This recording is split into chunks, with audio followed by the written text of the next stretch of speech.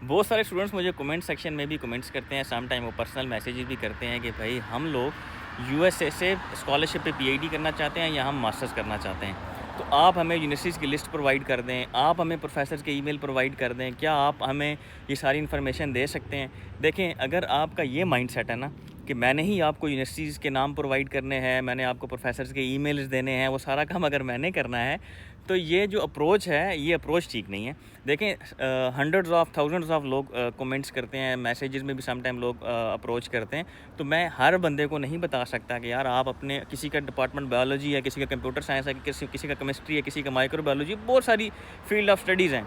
तो अगर आप ये कहेंगे कि मैं आपको सारा कुछ प्रोवाइड कर दूँ, तो ऐसा पॉसिबल नहीं है। आपको खुद एफ़र्ट पुट करनी है, और अगर आप खुद एफ़र्ट पुट करेंगे तो आप जल्द अज़ जल्द स्कॉलरशिप किसी भी कंट्री में, इवन यूएसए में ढूंढ लेंगे। उसका तरीक़ाकार मैं आपको बता सकता हूँ कि आपने प्रोफ़ेसर कैसे फ़ाइंड आउट करना है, यूनिवर्सिटीज़ के एडमिशन्स कब कब ओपन होते हैं। अब मोस्टली यूएसए में दो टर्म्स होती हैं, फ़ॉल और स्प्रिंग।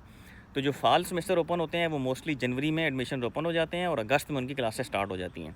तो जिस प्रोफेसर ने स्टूडेंट हायर करना है अपने प्रोजेक्ट के अगेंस्ट, या जिस यूनिवर्सिटी ने स्टूडेंट हायर करना है स्कॉलरशिप पे, वो आपको जनवरी के राउंड आपको एटलीस्ट उनका प्रोसेस स्टार्ट हो जाता है, ठीक है, या जनवरी से पहले दिसंबर में भी स्टार्ट हो जाता है। और स्प्रिंग सेमेस्टर में अगर किसी प्रोफेसर ने आपको रखना है या किसी यूनिवर्सिटी ने आपको कोई अपॉर्चुनिटी प्रोवाइड करनी है, तो वो आपका जो प्रोसेस है वो सितंबर से स्टार्ट कर लेते हैं प्रोफेसर। यहाँ आपको कह देंगे कि आप सितंबर में हमें अप्रोच करना शुरू कर दें।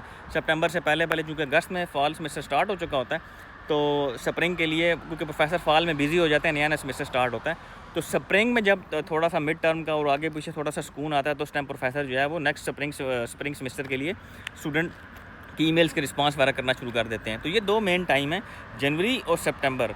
इन 2 मंथ्स के अंदर जो है वो नेक्स्ट प्रोसीजर के लिए प्रोफेसर स्टूडेंट्स की इंटेक के लिए सारा प्रोसीजर स्टार्ट कर देते हैं, ईमेल्स का रिप्लाई, आगे पीछे सारी चीज़ें।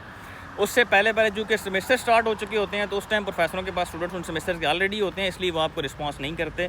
इसलिए बहुत सारे स्टूडेंट मुझे कहते हैं भाई हमें प्रोफेसर का रिस्पांस नहीं आता, या मेल आती है तो वो कहते हैं हमें स्टूडेंट्स नहीं चाहिए। वो इसलिए नहीं चाहिए कि आप उनको रॉन्ग टाइम पे अप्रोच कर रहे हैं। उनको मोस्टली हर सेमेस्टर के एंड पे प्रोफेसर को स्टूडेंट चाहिए होता है, अगर उसके पास फंडिंग है। बिटवीन द सेमेस्टर किसी भी प्रोफेसर को स्टूडेंट नहीं चाहिए होता, क्योंकि ऑलरेडी वो सेमेस्टर स्टार्ट हो चुका होता है। बहुत रेयर चांस होता है कि वो प्रोफेसर आपको एक सेमेस्टर पहले ही अगले सेमेस्टर के लिए हायर करने के लिए अप्लाई करवा दे, तो ऐसा नहीं होता। तो मेरी आपसे रिक्वेस्ट है कि अगर आपकी ये अप्रोच है कि आपने स्कॉलरशिप हासिल करनी है दुनिया के किसी भी मुल्क में, इवन यूएसए में, तो आपने खुद से चीज़ें फाइंड आउट करनी हैं और ख़ुद से उस चीज़ के लिए अप्रोच करना है। कुछ स्टूडेंट का मुझसे क्वेश्चन था कि भाई हम ईमेल कैसे लिखें, हम सीवी कैसे बनाएं, तो मैं इंशाल्लाह अपनी नेक्स्ट वाली वीडियो में बताऊंगा कि आपने सीवी किस तरह, ईमेल किस तरह लिखनी है प्रोफेसर को, और आपने सीवी किस तरह बनानी है। सीवी के डिफरेंट टेम्पलेट्स होते हैं, लेकिन मैं आपको जो मेन टेम्पलेट है, जो हर प्रोफेसर पसंद करता है कि ये टेम्पलेट होना चाहिए, मैं आपको उस टेम्पलेट के बारे में बताऊँगा। Thank you so much.